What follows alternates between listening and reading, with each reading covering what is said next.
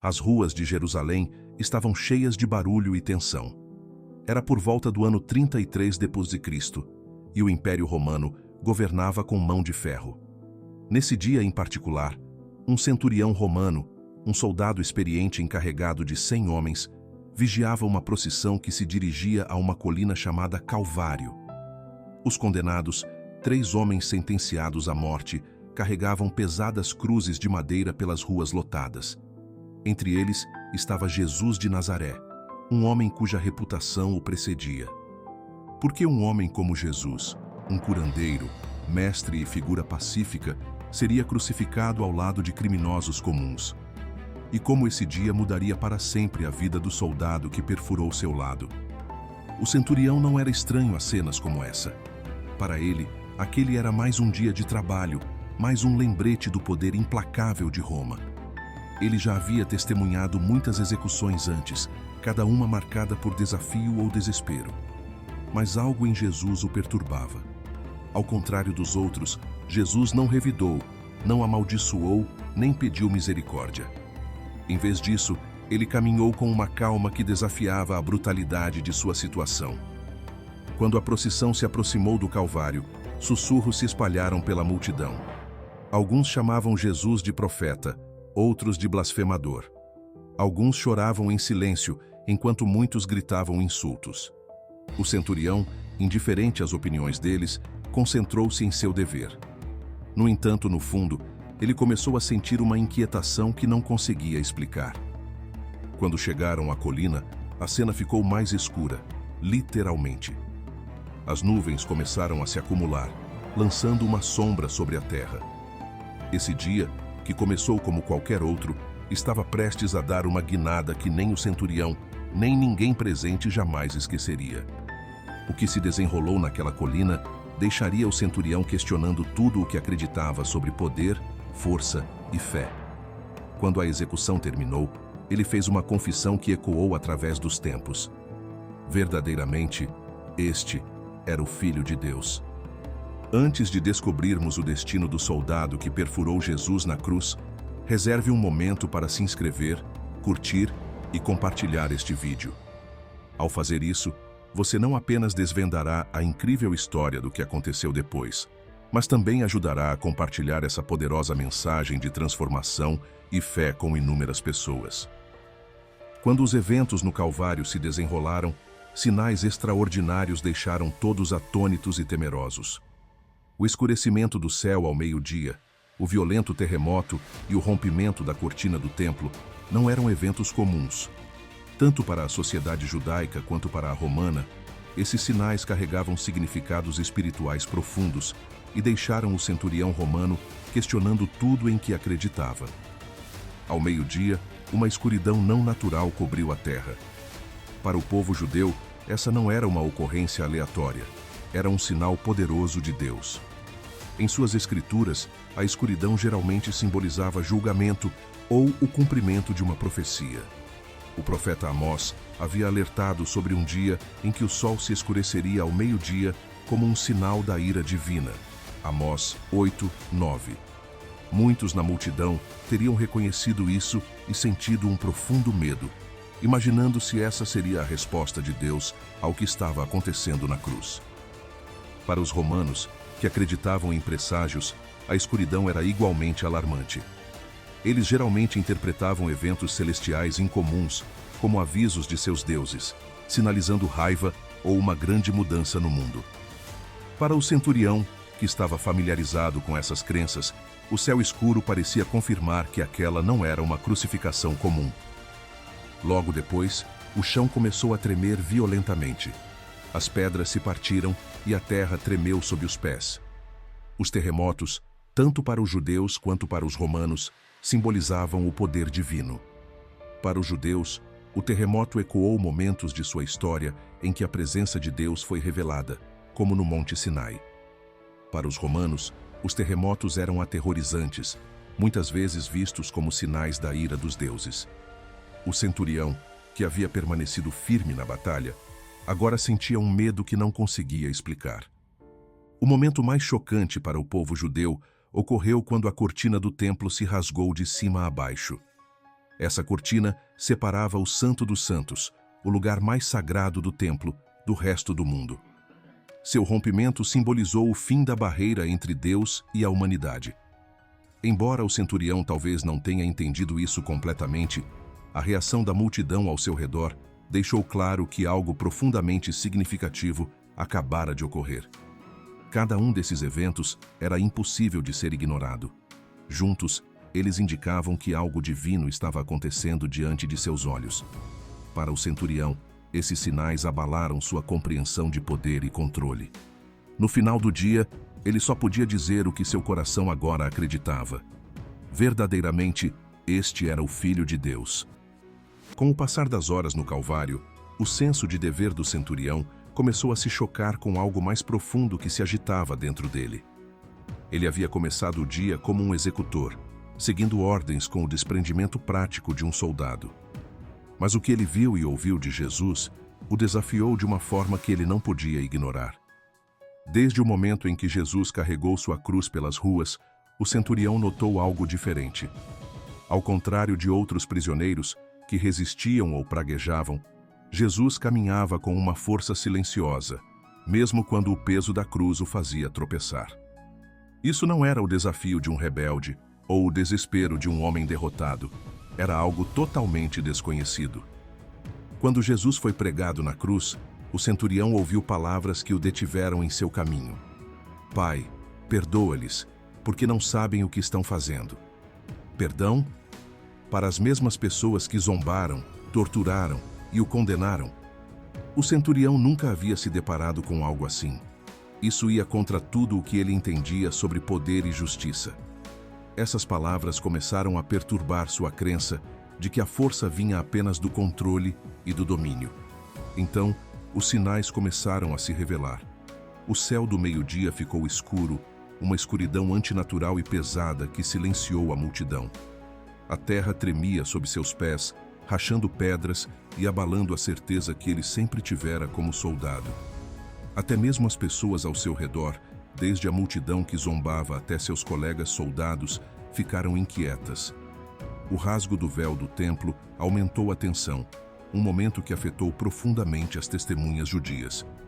O centurião, embora não soubesse de todo o seu significado, podia sentir seu peso. Esses eventos forçaram o centurião a refletir sobre tudo o que acreditava a respeito da vida e da morte, sobre o que significava ter verdadeira autoridade. Ele sempre confiou no poder do império, nas espadas e no medo, mas Jesus mostrou algo diferente, uma força enraizada no amor, no perdão e no sacrifício. Quando Jesus deu seu último suspiro, o centurião não era mais o mesmo homem. Impressionado com o que tinha visto, ele disse palavras que vieram de um lugar de compreensão recém-descoberto. Este homem era verdadeiramente o Filho de Deus. Um dia que havia começado com um dever rotineiro, terminou com uma revelação que permaneceria com ele para sempre.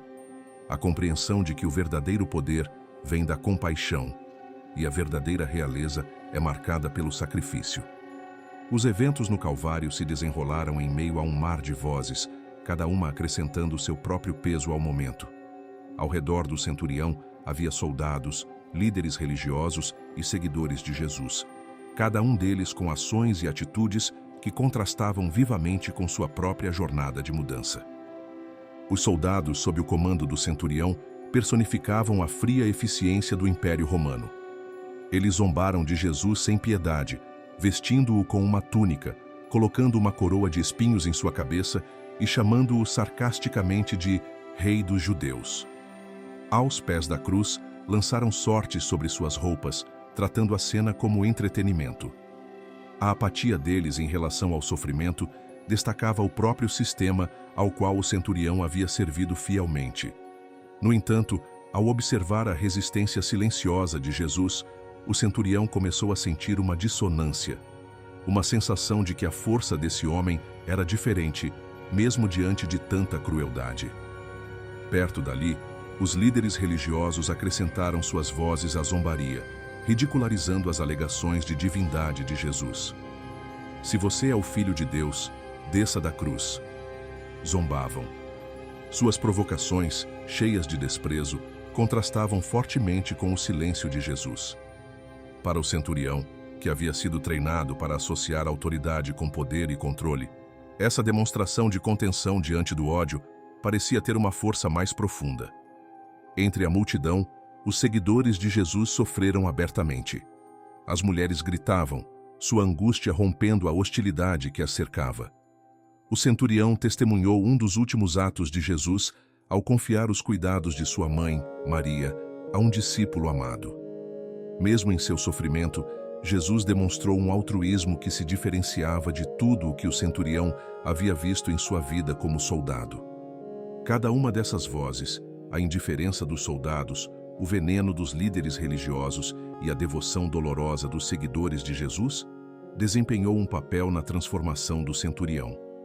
Suas ações contrastantes enfatizaram o poder único do exemplo de Jesus: perdão em face da crueldade, amor em meio à rejeição. No final do dia, o centurião não era mais o homem que havia sido. O mundo ao seu redor parecia diferente, e ele também. Antes de nos aprofundarmos na incrível transformação do centurião e nos profundos acontecimentos do Calvário, reserve um momento para mostrar seu apoio. Aperte o botão curtir, inscreva-se no canal e considere a possibilidade de deixar um super thanks para nos ajudar a compartilhar essa mensagem poderosa com mais pessoas. E não se esqueça de comentar: Jesus irá voltar abaixo para afirmar sua fé e se conectar com outras pessoas inspiradas por essa história. Vamos continuar essa jornada juntos. Enquanto o caos no Calvário se desenrolava, uma coisa se destacou para o centurião: o silêncio de Jesus. Em meio à zombaria, aos gritos e às brincadeiras da multidão, Jesus não reagiu com raiva ou defesa. Para o centurião, que havia passado a vida acreditando que o poder era demonstrado por meio da força, das ordens e da dominação, esse silêncio foi desconcertante.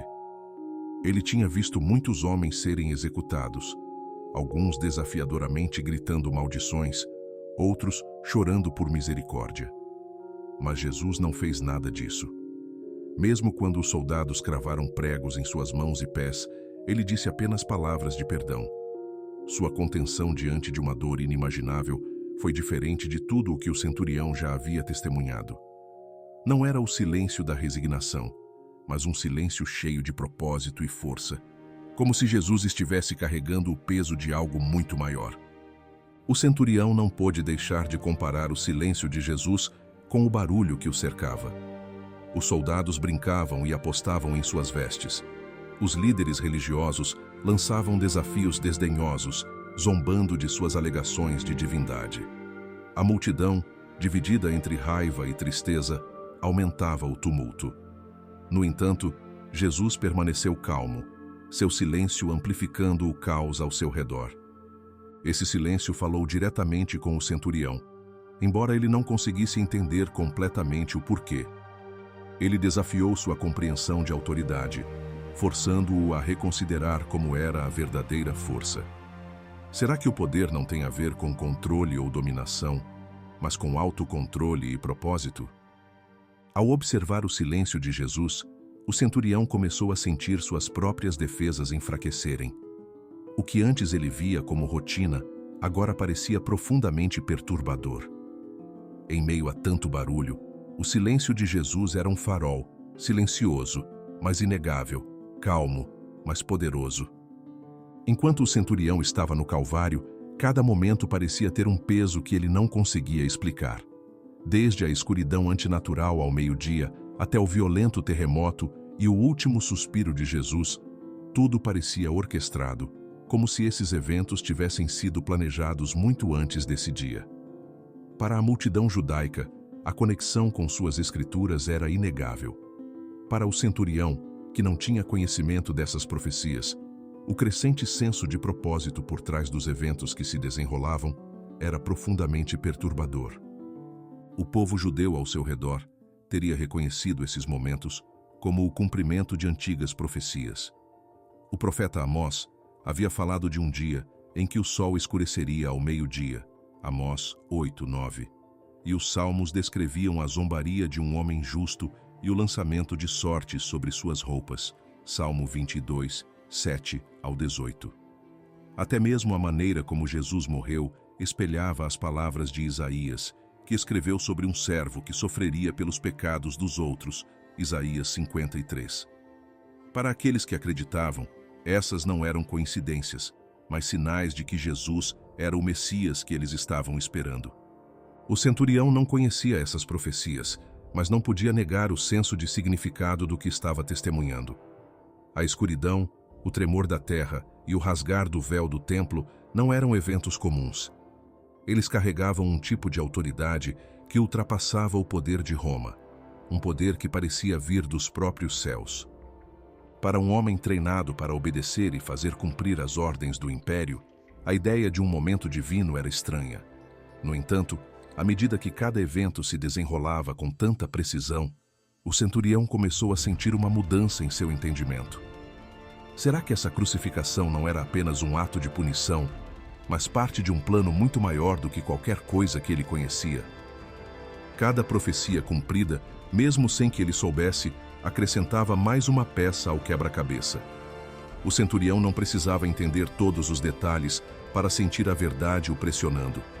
Esses eventos não foram um acidente e o forçaram a confrontar uma questão profunda.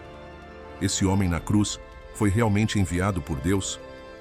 O centurião não estava procurando um motivo para sentir compaixão naquele dia. Seu papel exigia distanciamento. Mas, à medida que a crucificação se desenrolava, ele se viu observando não apenas Jesus, mas as pessoas ao seu redor.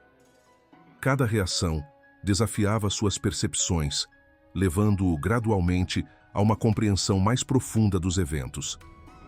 Ele notou que os soldados, seus próprios homens, agiam por hábito, dividindo as roupas de Jesus e zombando dele, como haviam feito com inúmeros outros.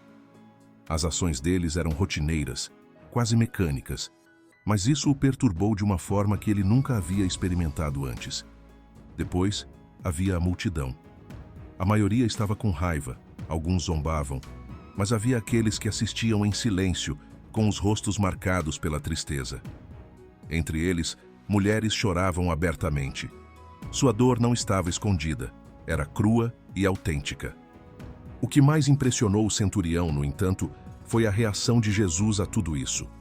Ele não repreendeu os soldados, nem respondeu aos insultos. Em vez disso, orou por seus carrascos, cuidou de sua mãe e suportou o sofrimento sem ressentimentos. Ao testemunhar isso, o centurião começou a sentir algo desconhecido, um lampejo de empatia. Pela primeira vez, ele começou a enxergar além de seu papel como soldado. Jesus não era apenas um homem em uma cruz. Era alguém que personificava o amor e o perdão em sua forma mais pura. E foi esse amor, expresso até nos menores atos, que começou a desvendar o coração endurecido do centurião. Quando o dia no Calvário chegou ao fim, a transformação do centurião estava apenas começando. Assistir aos momentos finais de Jesus mudou a forma como ele via o mundo, mas também o deixou com perguntas das quais ele não podia escapar. Como um homem envolvido em inúmeras execuções poderia encontrar a redenção depois de presidir a morte de alguém tão claramente inocente, talvez até divino? O centurião havia passado anos impondo a vontade do Império Romano. Suas mãos não eram estranhas ao derramamento de sangue, e há muito tempo ele acreditava que a força vinha do poder e da obediência. Mas testemunhar o perdão de Jesus, mesmo para aqueles que haviam causado sua morte, plantou uma semente de esperança no coração do centurião. Será que o perdão e a redenção são possíveis, mesmo para alguém como ele? Esse momento de autorreflexão marcou um ponto de virada. A redenção, como o centurião começou a perceber, não se tratava de desfazer o passado, tratava-se de transformar o futuro. O que importava agora era como ele escolheria viver depois de testemunhar uma graça tão profunda. Embora os evangelhos não forneçam detalhes sobre o que aconteceu com o centurião, a ideia de sua redenção ressoa profundamente. Sua experiência nos lembra que ninguém está fora do alcance do perdão. Quer ele tenha procurado os primeiros seguidores de Jesus ou vivido tranquilamente seus dias com uma humildade recém-descoberta, a jornada do centurião convida à reflexão. Esse tema da redenção vai além da história pessoal do centurião. É um lembrete de que a morte de Jesus não foi apenas para as pessoas presentes em Calvário. Foi um ato de amor e sacrifício destinado a toda a humanidade, independentemente de seu passado. O momento de realização do centurião nos desafia a perguntar a nós mesmos: como reagimos quando confrontados com uma graça tão livremente concedida? Para o centurião, sua redenção começou no momento em que ele olhou para a cruz e viu não apenas um homem, mas uma mensagem de esperança.